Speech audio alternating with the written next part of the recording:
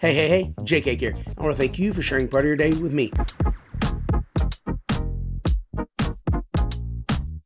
Entering the 10th day of 30 teams in 30 days, we are a third of the way done as we're going to be talking about the Cleveland Indians, who were the winners of the AL Central this year. They had a record of 93-69. Nice. They were able to get to the ALCS where they had a tough 5-game matchup with the Yankees. Did not come out on top, but they were able to get past the Detroit Tigers in another tough 5-game series where they were actually able to get to Cy Young winner Tariq Skubal for a grand salami. We'll come back to that. The Cleveland Indians, or Guardians, whichever one you want to call them, are not strangers to the postseason. They have made it 7 times since 2013 and made a World Series appearance in 2016. Someone who is itching, scratching, and giving everything they possibly can to get back to the World Series is Mr. Jose Ramirez. He was there and he was absolutely trying to give everything he could and has been doing so ever since. This man is the heart and soul of this Cleveland Indians team. The only categories J-Ram did not lead the team in included walks, who went to Josh Naylor, strikeouts, who went to Bo Naylor, and batting average, triples, and on-base percentage, which went to Steven Kwan. So we get it. J-Ram's really good, best player on the Indians, but who helped him get to the ALCS? Well, one of those individuals was Steven Kwan. Kwan is an absolute on-base machine. He had more walks this past year at 53 than strikeouts, 51. And the last person I know that did that, I know there are probably others, but I really just want to mention this one player because I really like him, and he was also a former player for the Indians, is Victor Martinez. Loved that guy behind the plate. Loved him also when he went to first. Pretty sure he won me a fantasy championship. But as we go back to Steven Kwan, this man has some wheels. So not only could he get on base, but he could pick up speed going around, and that's why he led the team in triples. But there's more. Kwan added double-digit home runs and steals this past year, so he kept pitchers honest while he was at the plate and while he was on the base pass. Definitely gonna help the Indians get back to the playoffs and help J-Ram pad his stats, giving him RBIs. We just mentioned Steven Kwan and how he was very good with his bat, making sure you get on base, and raising his batting average enough to lead the team. But another individual that was very good with batting average, at least for a period of time, was utility man David Fry. He had first base eligibility, catcher eligibility, outfield eligibility, and then, of course, DH utility, however you use it in your league. This man kept his batting average at least 300 from the very beginning of the season until July 9th. That is a long time for a catcher who is going to be starting behind the plate, wearing all the gear, having to make sure he gets on base, get around the bases, playing first base, where obviously it's a different dynamic, playing the outfield, you have to read different things off of the bat, and then, utility where you're just sitting around. As good as Fry was at keeping his batting average up for a period of time, it did eventually fall down to 263, which is still good for a catcher standpoint, but he didn't add enough with the other counting stats. 44 runs, 53 RBIs. Those aren't terrible numbers. They're really not. But there's definitely a decline after the All-Star break, a little bit before and then mainly after. However, the utility that David Fry had really helped with the Indians being able to move people around, especially trying to give people days off. Unfortunately, Fry had elbow surgery in November, so he won't be ready for opening day. And it will be at least a whole nother year before he can get behind the plate or play first or outfield because he has to let his elbow heal.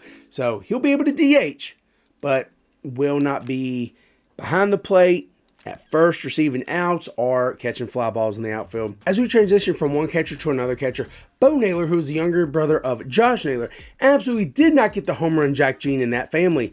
He is not meeting expectations at the plate or behind the plate. A 206 batting average and a 264 OBP is not going to keep you starting games, much less at the major league level. That is the lowest on the team for anyone who has over 300 at-bats. The next lowest only has 153 at-bats, and it's like 255, so really, dude, you're not doing what you need to do. We talked about him not getting it done behind the plate. He's in the 38th percentile for caught stealing, whereas his backup, Austin Hedges, is in the 68th percentile when it comes to caught stealing. Pop time for Naylor is between 1.92 and 1.97, whereas for Austin Hedges, it's between 1.90 and 1.94.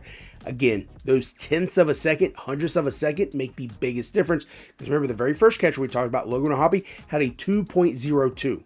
So this right here shows you a full tenth of a second and some change will get you to a higher or lower percentile. Next, we're going to talk about two newbies when it comes to the Indians. One is a newbie to the team in Lane Thomas, and the other is a newbie to MLB. That'll be Big Christmas Jan Kinsey Noel. Now, being uncomfortable in a new city, definitely understandable. However, he seemed to find his stride in the playoffs as he was able to hit a grand slam off of AL Cy Young winner Tariq Skubal. That is what we mentioned before. This did, in fact, help them win the series and allow them to go on to face the Yankees. It's going to be important for Lane Thomas to get back on schedule with his bat, but also on the base pass. Stole far fewer bases than he did in 2023, and that is going to be huge because he's going to have some guys who are going to be able to get on base behind him or make sure he gets around as they are going to want those RBIs. So if he's going to be hitting in front of individuals like Jan Kinsey Noel, who we're going to be talking about, other individuals like Carlos Santana, like J-Ram, they want their RBIs. And let's be real, Lane Thomas needs to contribute because he wants to get runs and wants to get paid for another contract. Now we're going to go to Jan Kinsey Noel. Big Christmas. This man is new to the MLB and came on pretty strong, especially against lefties. Now, he can't hit righties very well, but a strong, close to 250 batting average is going to allow him to have a platoon role, making sure he does hit the lefties. So that's going to be something that we're going to need to monitor, best in a daily league, but he could get some power behind his bat and definitely make some noise, just like he did in the playoffs as he took my Yankees deep a few times at least once to keep the game close. He almost did it again. Oh, I just remember that. Oh, I was so scared. Transitioning to the pitching staff, yes, of course, we're going to talk about starting pitchers. My favorite part of this team is the bullpen. So, of course, let's get to the team stats. The most wins, most losses, and most home runs given up, Ben Lively. Everything else on the team, Tanner Bibby, or Bibby. I would call him Bibby. But hold went to Hunter Gaddis, and saves, of course, went to Emmanuel Clase. But the starting rotation came in with so much potential, so many hopes, dreams, promises, aspirations, and a little bit of magic, and it all just fell apart very quickly. After 2 starts and 0 earned runs given up through those 2 starts, Justin Bieber, or Shane Bieber, did have to undergo Tommy John surgery, went under the knife, so he's going to be out for a period of 2025. Potentially the whole thing, but he could be someone you stash if you have a deep enough IL pool. On the other hand, Gavin Williams was coming back from an elbow injury, not quite Tommy John, that he sustained in spring training, so he was only able to make 16 starts, so he was looking to double that up and make sure he was a big-time contributor in this rotation, and ended up raising his ERA by 1.6 points. That's not going to do enough for you. Speaking of doing enough, Tristan McKenzie did everything he could and more in 2022 as he pitched 190 plus innings, struck out 190, ended up with a sub-3 ERA, and made sure the Indians were in prime position to make a run. Well, since then, in 2023 and 2024, he's been limited to 20 starts, has a 5+ ERA, and a 1.5+ whip. That's not good. Fortunately, there was a 4th guy, Logan Allen, who came off an impressive 2023 season, wanted to impress even more in 2024, and ended up throwing 30 less innings, having an ERA that was 2 points above his 2023 numbers, which was 5.0, and also raising his whip by 0.2 points, or 0.2 of a point.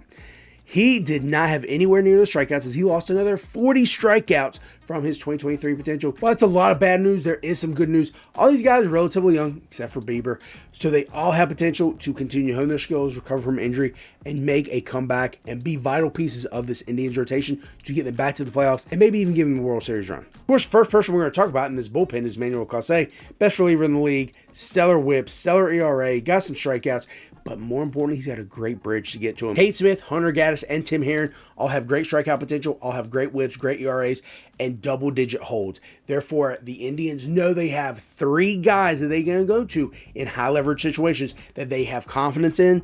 And Emmanuel Clase knows, hey, those guys are coming in, I'm keeping my lead, so I'm going to get a chance to get a save. I'm so excited about this bullpen. I'm going to have the most pieces fantasy-wise from them than any other bullpen in the league.